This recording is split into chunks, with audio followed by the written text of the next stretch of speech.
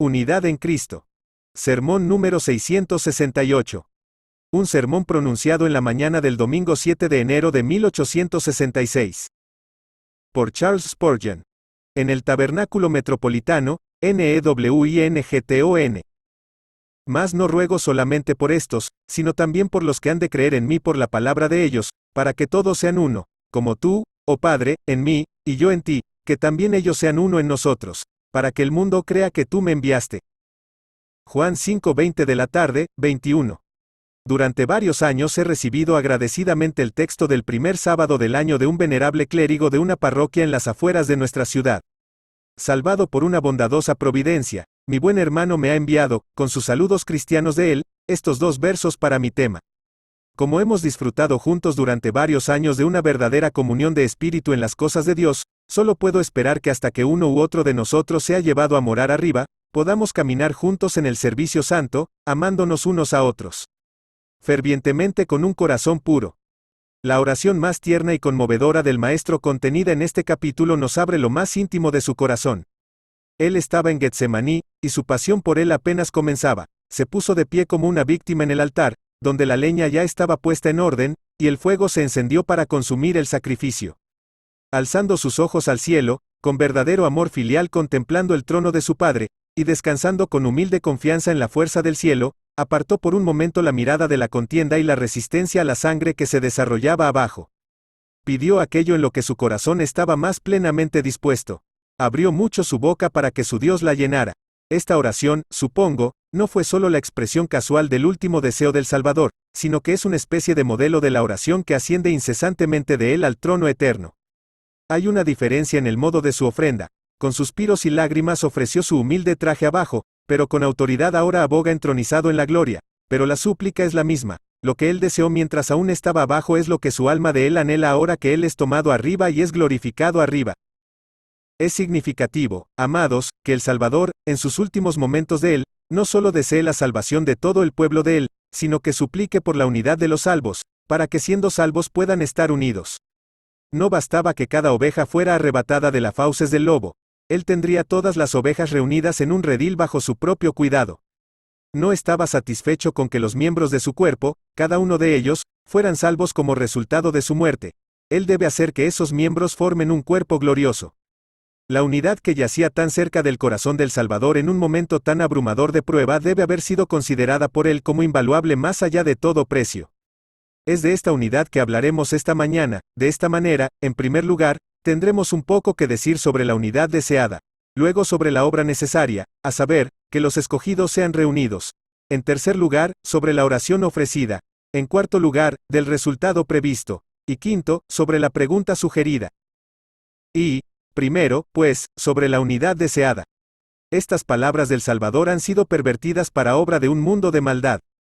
Los eclesiásticos se han dormido, lo cual, en verdad, es su condición ordinaria, y mientras dormían han soñado un sueño basado en la letra de las palabras del Salvador del cual no disciernan el sentido espiritual. Han probado en su propio caso, como lo han probado en miles de otros, que la letra mata, y solo el espíritu da vida.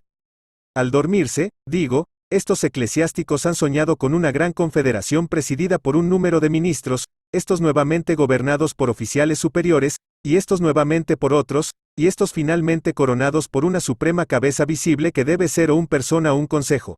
Esta gran confederación, que contiene en sí misma reinos y naciones, se vuelve tan poderosa como para trabajar sobre los estados, influir en la política, guiar consejos e incluso reunir y mover ejércitos. Es cierto que la sombra de la enseñanza del Salvador, mi reino no es de este mundo, debe haber causado una pesadilla ocasional en medio de su sueño, pero siguieron soñando, y lo que es peor, convirtieron el sueño en realidad, y el tiempo era cuando los profesos seguidores de Cristo eran todos uno, cuando mirando al norte, sur, este, oeste, desde el centro en el Vaticano, un cuerpo unido cubrió toda Europa. ¿Y cuál fue el resultado? ¿Creía el mundo que Dios había enviado a Cristo? El mundo creía todo lo contrario. El mundo estaba persuadido de que Dios no tenía nada que ver con esa gran cosa aplastante, tiránica, supersticiosa e ignorante que se llamaba cristianismo, y los hombres pensantes se volvieron incrédulos, y era lo más difícil posible encontrar un creyente inteligente genuino al norte, al sur, al este o al oeste. Todos los profesores eran uno, pero el mundo no creía. El hecho es que esta no era la unidad en la que Jesús había pensado. Nunca fue su intención establecer un gran cuerpo unido para ser llamado una iglesia que debería dominar y señorear en todas partes sobre las almas de los hombres. Él nunca tuvo la intención de una iglesia dentro de sus filas, reyes, príncipes y estadistas que pudieran ser mundanos, impíos, odiosos, sensuales y diabólicos. Nunca fue el diseño de Cristo establecer un motor de uniformidad que aplaste la conciencia, y así la gran máquina ideada por el hombre, cuando fue llevada a la perfección y puesta a trabajar con el mayor vigor posible, en lugar de lograr que el mundo creyera que el Padre había enviado a Cristo, logró precisamente esto, que el mundo no creía nada en absoluto, sino que se volvió infiel, licencioso y podrido hasta la médula, y el sistema tuvo que ser eliminado como una molestia común, y algo mejor traído al mundo para restaurar la moralidad. Sin embargo, la gente todavía sueña ese sueño, incluso las buenas personas lo hacen. Los puritanos, después de haber sido perseguidos y llevados a prisión en este país, huyeron a Nueva Inglaterra, y tan pronto como se sentaron en la orilla, comenzaron a decir, todos debemos ser uno, no debe haber cisma, y el gran látigo fue sacado para la espalda del cuáquero, y las esposas para las muñecas sangrantes del bautista, porque estos hombres, de una forma u otra, no serían de esta clase de moda, sino que pensarían por sí mismos. Ellos mismos y obedecer a Dios antes que a los hombres. Hoy en día, el Dr. Pusey sueña que la iglesia anglicana y la rusa pueden unirse, y entonces tal vez los romanos puedan intervenir, y así, una vez más, todos puedan ser uno. Un mero sueño, una mera fantasía de un cerebro bondadoso pero caprichoso. Si alguna vez llegara a ser una realidad, resultaría ser un árbol upas, en cuyas raíces todo hombre honesto debe poner inmediatamente su hacha. Pero, ¿qué quiso decir el Salvador con que todos sean uno, como tú, Padre, en mí? Debemos empezar por el principio. ¿Cuáles eran los elementos de esta unidad que Cristo deseaba con tanta ansiedad? La respuesta se nos da muy claramente en este capítulo. La unidad debía estar compuesta por las personas que aquí se llaman, ellos, para que todos sean uno. Dejarás que tus ojos recorran el capítulo para ver quiénes son. Miren el segundo versículo, para que dé vida eterna a todos los que le diste.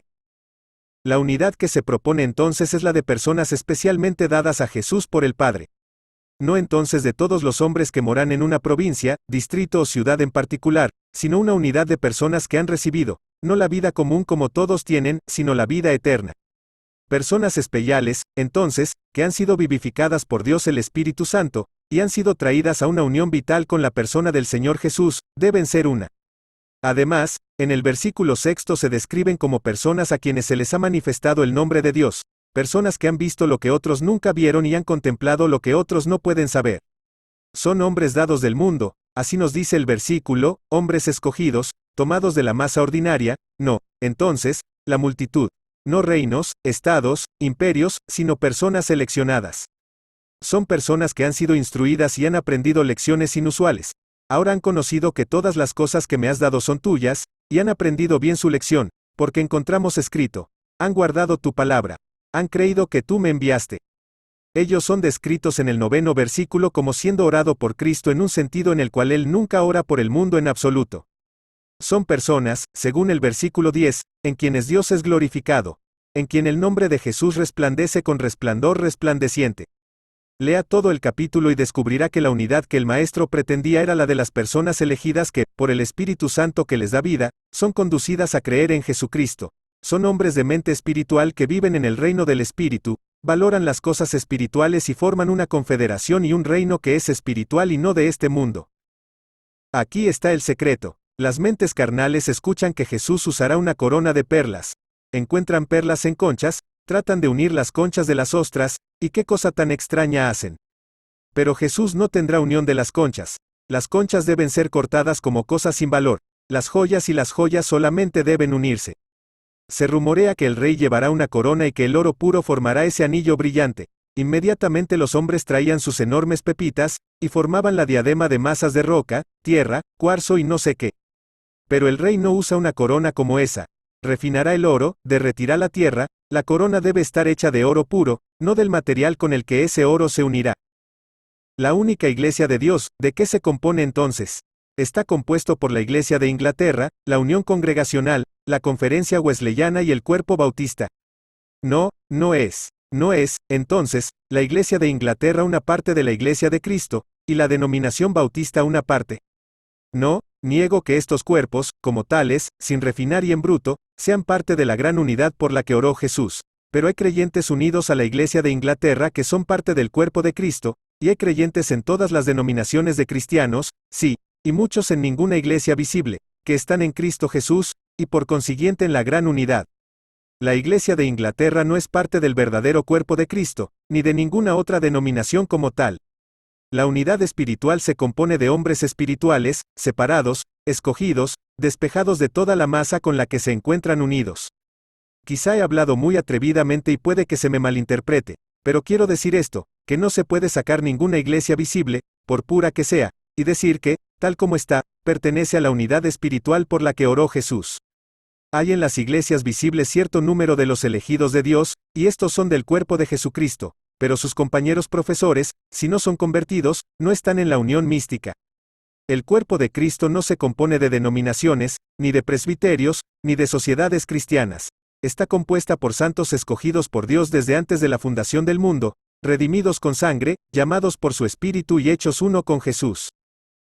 Pero ahora, pasando, ¿cuál es el lazo que mantiene juntos a estos unidos? Entre otros, está el vínculo del mismo origen. Toda persona que es partícipe de la vida de Dios ha brotado del mismo Padre Divino. El Espíritu de Dios ha vivificado a todos los fieles por igual. No importa que Lutero sea muy diferente de Calvino. Lutero es hecho y creado una nueva criatura en Cristo Jesús por el mismo decreto que creó a Calvino. No importa que Juan de Valdés, en la misma época, se esconda en la corte de España y apenas sea reconocido como creyente, sin embargo, cuando hojeamos su volumen hoy, encontramos en sus 100 consideraciones el mismo espíritu. De la gracia divina que se respira en las instituciones de Calvino, o en la esclavitud de la voluntad humana de Lutero. Y descubrimos allí la misma vida en cada uno, han sido vivificados por el mismo espíritu y hechos vivir por la misma energía, y aunque no lo sabían, seguían siendo uno. No más, todos los verdaderos creyentes están sostenidos por la misma fuerza.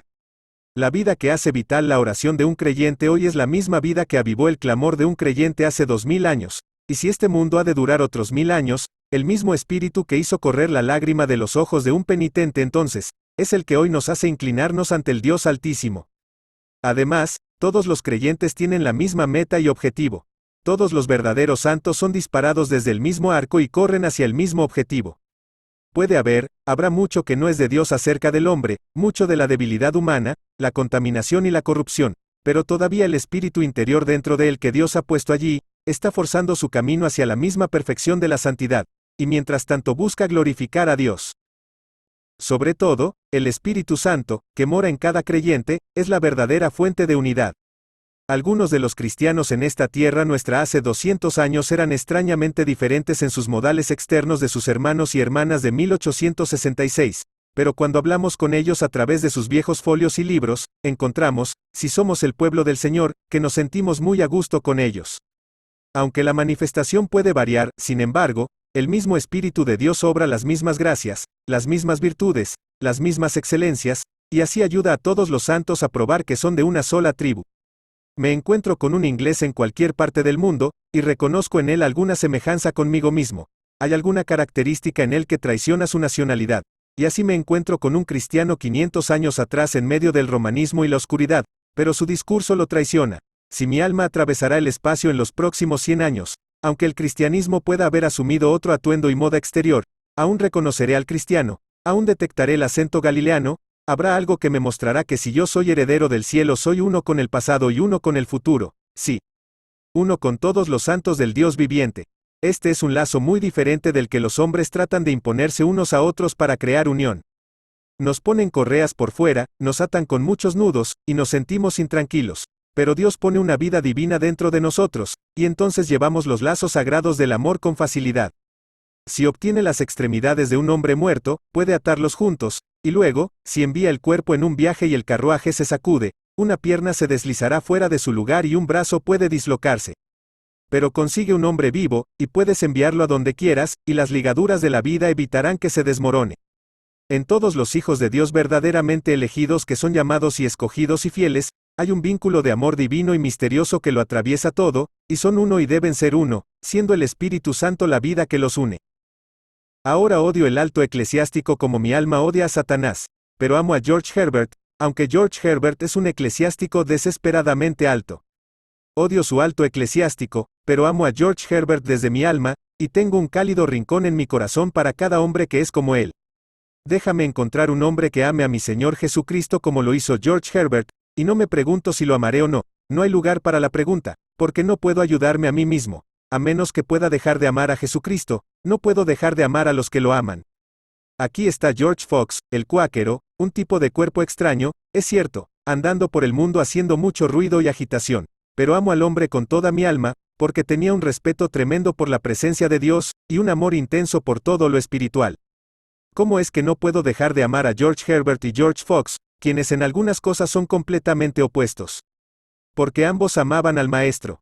Te desafiaré, si tienes algún amor por Jesucristo, a que escojas o escojas entre su pueblo. Puedes odiar tanto como quieras las conchas en las que se encuentran las perlas y la escoria con la que se mezcla el oro, pero el verdadero, el precioso oro comprado con sangre, la verdadera perla, el cielo teñido, debes estimar. Debes amar a un hombre espiritual donde quiera que lo encuentres. Tal amor existe entre el pueblo de Dios, y si alguien dice que no existe, solo puedo temer que el que habla no sea apto para juzgar. Si me encuentro con un hombre en quien está el Espíritu de Cristo, debo amarlo, y si no lo hiciera, debería probar que no estaba en la unidad en absoluto. La unidad en el juicio, en la experiencia y en el corazón son algunas de las evidencias de esta unión, pero si desea una unión más clara y palpable, que incluso los ojos carnales pueden ver, observe la unidad de la oración cristiana. Oh, qué pequeña la diferencia allí. Los creyentes bien instruidos se dirigen al trono de la gracia con el mismo estilo, cualquiera que sea la forma particular que haya asumido su organización eclesiástica. Así es con la alabanza. Allí, en verdad, somos como uno, y nuestra música sube con dulce acorde al trono de la gracia celestial. Amados, somos uno en acción. Los verdaderos cristianos en todas partes están haciendo el mismo trabajo. Aquí hay un hermano predicando. No me importa esa cosa blanca que tiene puesta, pero si es un cristiano genuino, está predicando a Cristo crucificado. Y aquí estoy yo, y puede que no le agrade porque no tengo puesto ese trapo blanco, pero aún así me deleito en predicar a Cristo crucificado. Cuando llegas a la verdadera obra de la vida del cristiano, es la misma en todos los casos, es sostener la cruz de Cristo. Oh, dices, pero hay muchos cristianos en el mundo predicando esto y aquello y lo otro. No digo nada de ellos o sobre ellos. Nada digo de sus pertenencias eclesiásticas. No digo nada de aquellos que simplemente se aferran a la iglesia. Me refiero a los elegidos, a los preciosos, a los hombres y mujeres ingenuos enseñados por Cristo, y su motivo de acción es el mismo, y hay entre ellos una verdadera unión que es la respuesta a la oración de nuestro Señor.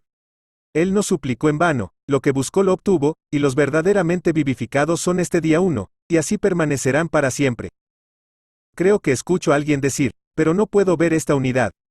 Mi respuesta es, una de las razones puede ser su falta de información. Vi un gran edificio el otro día siendo erigido. No sé si era asunto mío, pero me desconcerté a mí mismo para ver cómo eso haría una estructura completa. Me parecía que los hastiales entrarían tan torpemente. Pero me atrevo a decir que si hubiera visto un plano, podría haber habido alguna torre central o alguna combinación por la cual las alas, una de las cuales parecía ser bastante más larga que la otra, podrían haberse puesto en armonía. El arquitecto, sin duda, tenía una unidad en su mente que yo no tenía en la mía. Así que usted y yo no tenemos la información necesaria en cuanto a lo que debe ser la iglesia. La unidad de la iglesia no está para que la vean ustedes hoy, ni siquiera lo piensen. El plan aún no está elaborado.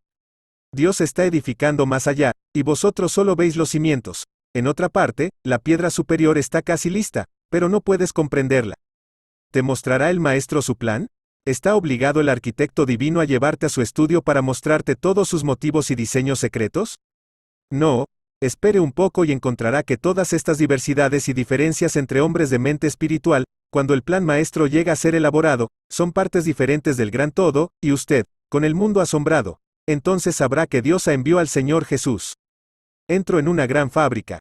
Hay una rueda que gira de una manera en la que es perfectamente indiferente y despreocupada de cualquier otra rueda. Hay otra rueda que va en sentido contrario. Todo tipo de movimientos concéntricos y excéntricos. Y yo digo, qué extraordinario lío parece todo esto. No entiendo la maquinaria. Así que cuando entro en la gran iglesia visible de Dios, si miro con los ojos de mi espíritu puedo ver la armonía interior. Pero si con estos ojos miro a la gran iglesia exterior, no puedo verla, ni jamás será vista hasta que la iglesia escondida se manifieste cuando el Señor se manifieste. La razón por la que no ven la unidad de la iglesia puede ser por la aspereza actual del material. Ved allá una serie de piedras. Aquí, una serie de árboles, no puedo ver la unidad. Por supuesto que no. Cuando todos estos árboles estén cortados en tablones, cuando todas estas piedras estén escuadradas, entonces podrán comenzar a verlos como un todo. Las diversas piedras del edificio divino de la iglesia están todas fuera de forma en la actualidad, no están pulidos. Nunca seremos uno hasta que seamos santificados. La unidad de Cristo es una unidad de seres santos, no impíos. Ya a medida que cada uno de nosotros crezca más y más preparado por la obra de Cristo para nuestro propio lugar, descubriremos más y más la unidad de la iglesia. Quizá también, permítanme decir, no podemos ver la unidad de la iglesia porque nosotros mismos no podemos ver nada.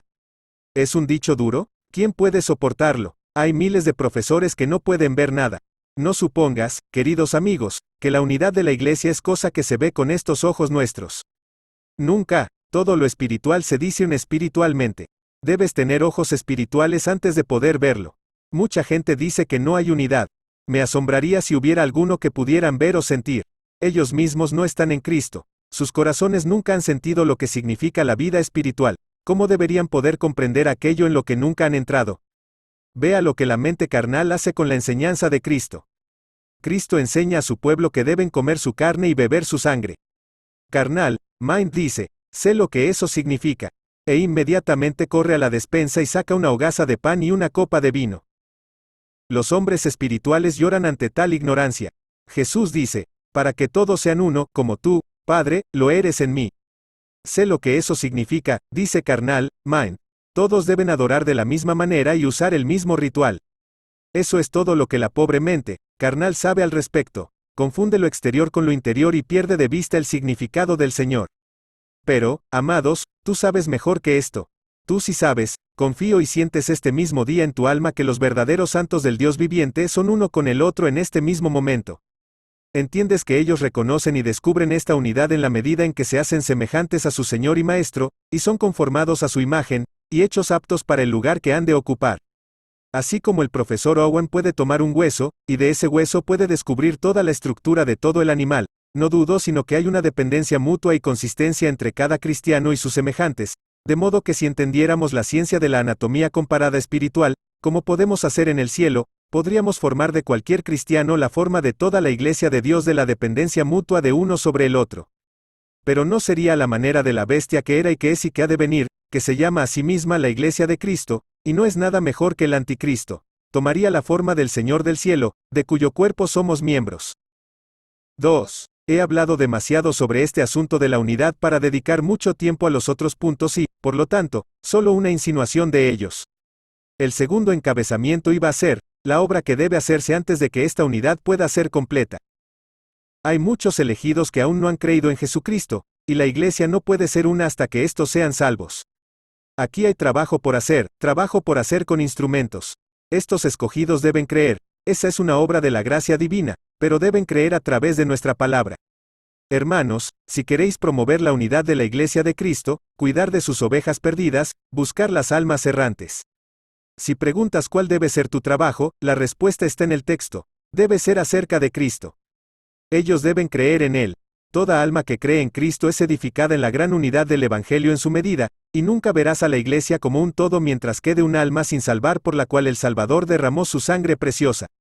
Sal y enseña su palabra. Hable de las doctrinas de la gracia como Él le ha dado habilidad.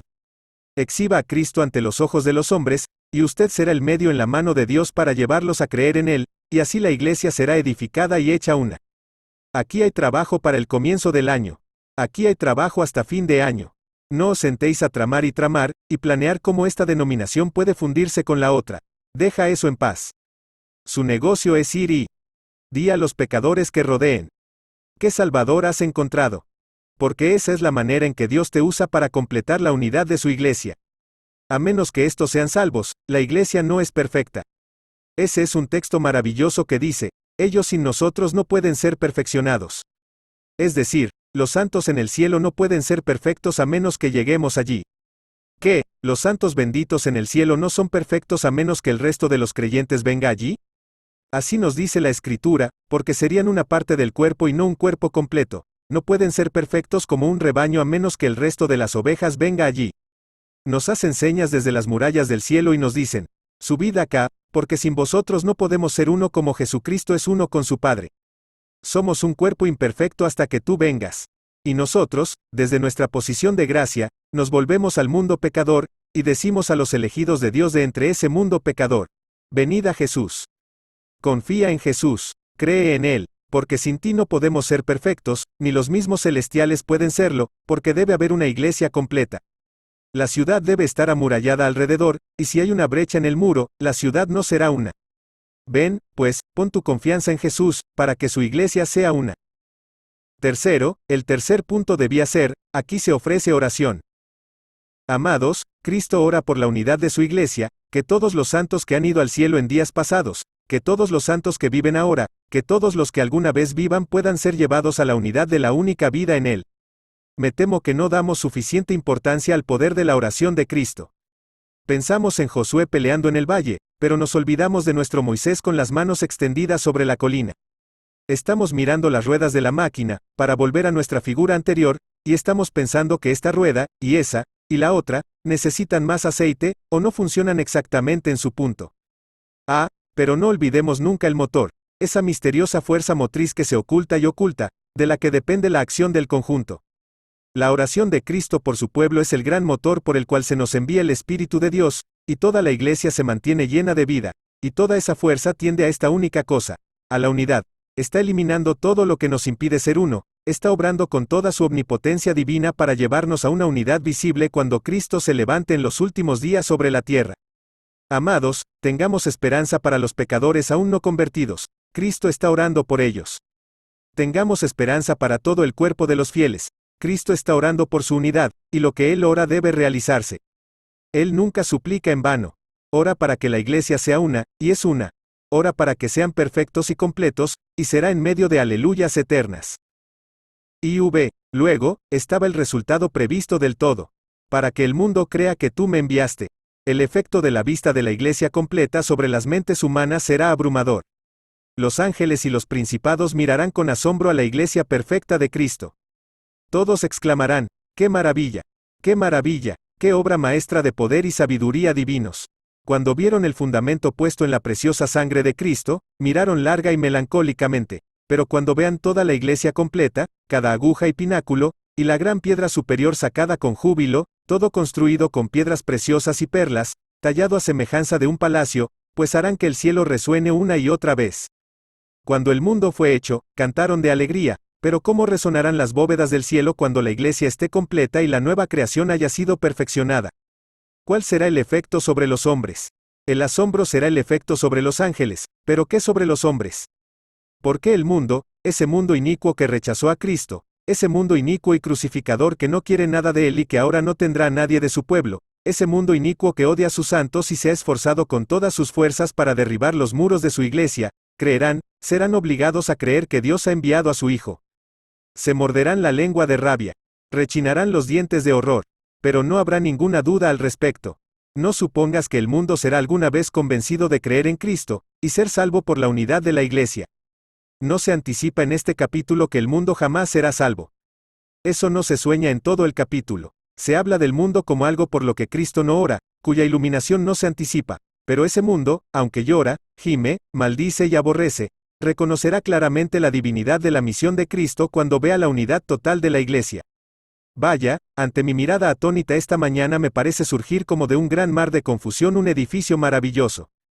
Veo la primera piedra hundida en las profundidades de ese mar teñido de sangre, y veo la cima de ella apenas saliendo por encima de las altas olas de contienda y confusión, y ahora veo otras piedras edificadas sobre aquella, todas ellas teñidas de sangre, los primeros apóstoles, todos ellos mártires. Veo piedra elevándose sobre piedra a medida que la edad sucede a la edad. Al principio casi todos los cimientos están puestos en el bermellón claro del martirio, pero la estructura se levanta, las piedras son muy diferentes. Vienen de Asia, África, América, Europa, se toman de entre los príncipes y de entre los campesinos.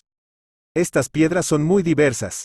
Tal vez mientras estuvieron aquí apenas reconocieron que pertenecían al mismo edificio, pero ahí están, y durante 1866 años ese edificio sigue, y sigue, y sigue construyendo, cada piedra está lista. No sabemos cuántos años más tomará ese edificio magistral, pero al final, a pesar de todos los ceño fruncidos del infierno y todo el poder de los demonios, ese edificio se completará. No se perderá ni una sola piedra, ni un solo hijo elegido de Dios estando ausente. y ninguna de esas piedras ha sufrido daño alguno ni ha sido quitada de su lugar. Y todo tan hermoso, tan inigualable, tal demostración de poder, sabiduría y amor, que incluso los odiosos cuyos corazones son tan duros como el diamante contra el Altísimo se verán obligados a decir que Dios debe haber enviado a Cristo. No pueden restringir esa confesión cuando toda la Iglesia será una como el Padre es uno con Cristo. ¡Oh, qué día feliz! La sugerencia final sería esta: ¿somos parte de esa gran unidad? Ahí está la pregunta, ¿no es esta mañana, sois miembros de una iglesia cristiana?